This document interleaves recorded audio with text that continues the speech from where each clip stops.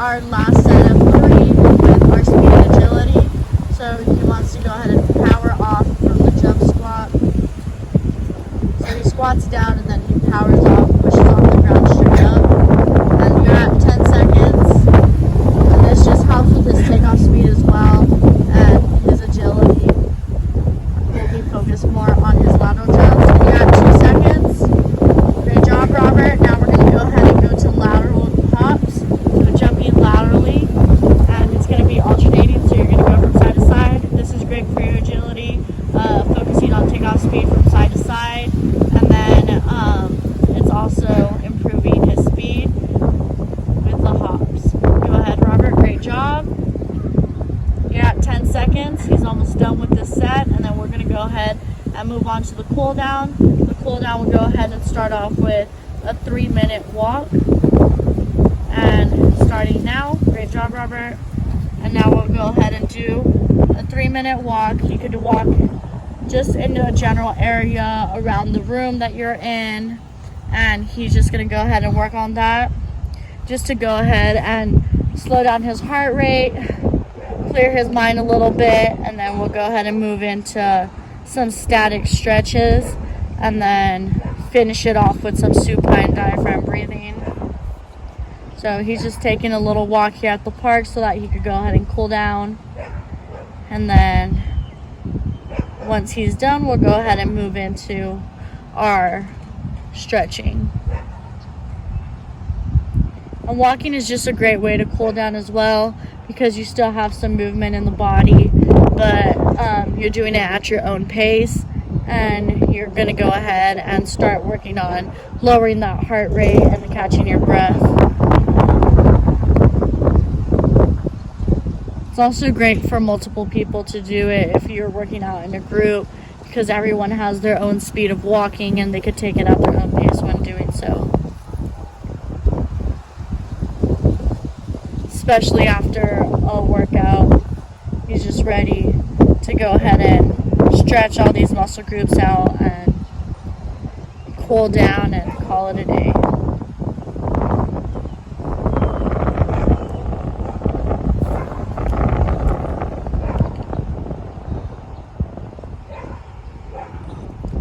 Great job, Robert.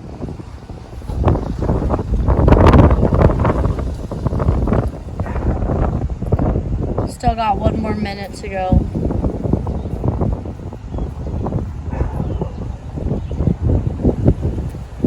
You just ensure that he's focusing on his breathing. He's taking deep breaths and just making sure that he's cooling himself down. And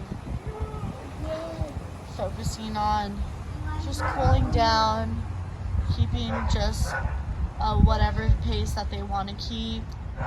Robert here is walking at his own pace, cooling himself down, focusing on his breathing, lowering his heart rate, and getting ready to go ahead and start doing some static stretching. Right, you just got 30 more seconds to go.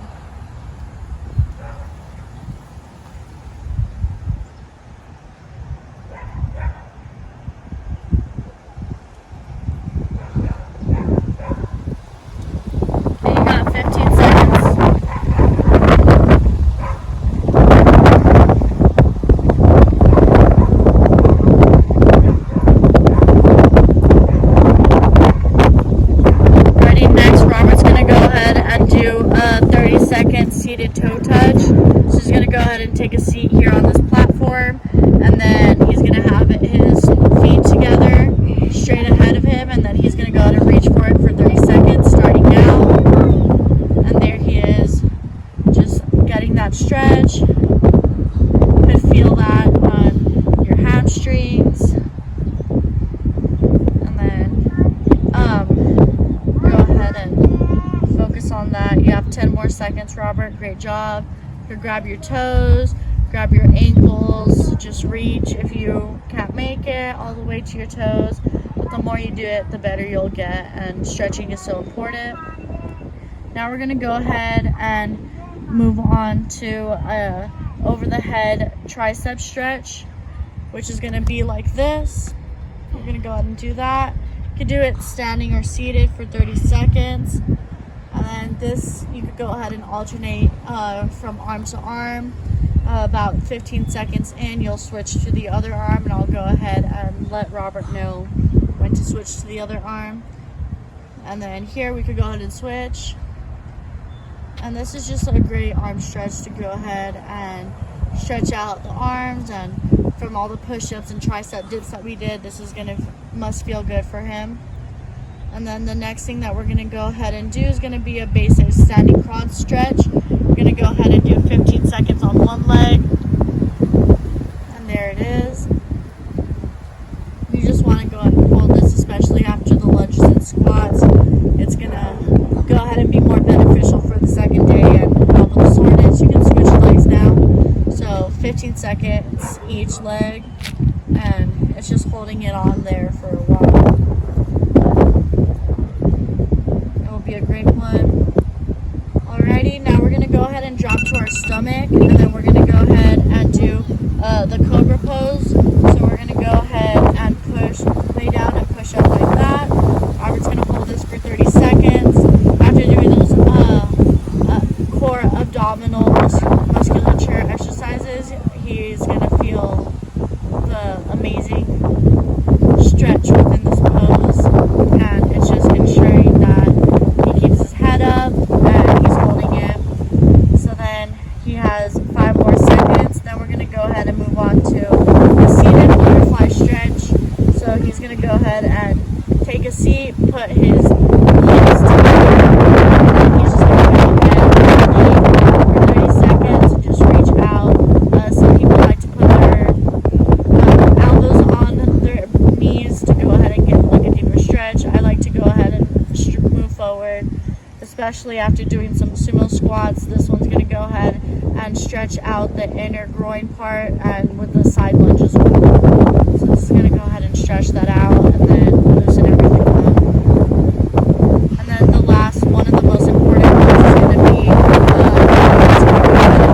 onto his back, and he's going to go ahead and do some supine diaphragm breathing. So he's going to lay on his back with his knees up or with his legs down, however he feels more comfortable.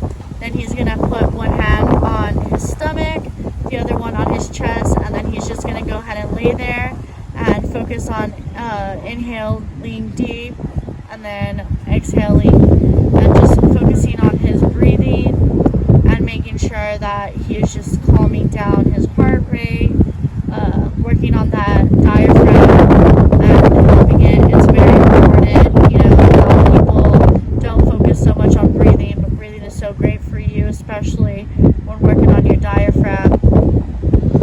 There's so many benefits to it as well, and as many know, diaphragm is a muscle that is surprisingly not as worked out on and not as focused, but doing the diaphragm breathing is going to go ahead and help, and this will go ahead and end our cool down. So he's going to go ahead and do this for another 2 more minutes. He still has a couple more minutes, and this is just a relaxing way to end the workout. It also helps mentally. It helps people ground themselves. They go ahead and focus on their breathing, the environment, clearing their mind. All the endorphins are rushing through their blood right now, and this is just going to go ahead and help them finish their cool down, clear out their headspace, and then just focus a little bit more on their breathing. The more that they do this,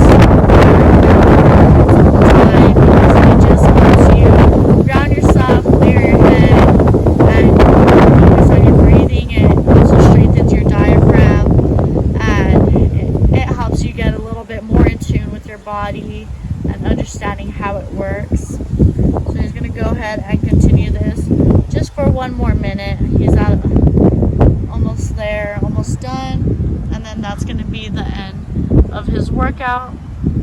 So there he is. As you can see, he is breathing deeply through his stomach and then exhaling. And this is just going to go ahead and ensure that he is focusing on his breathing. By the end of this, all my clients are always super calm, very relaxed, and they're ready ready to go home and call it a day. But it's also perfect just for grounding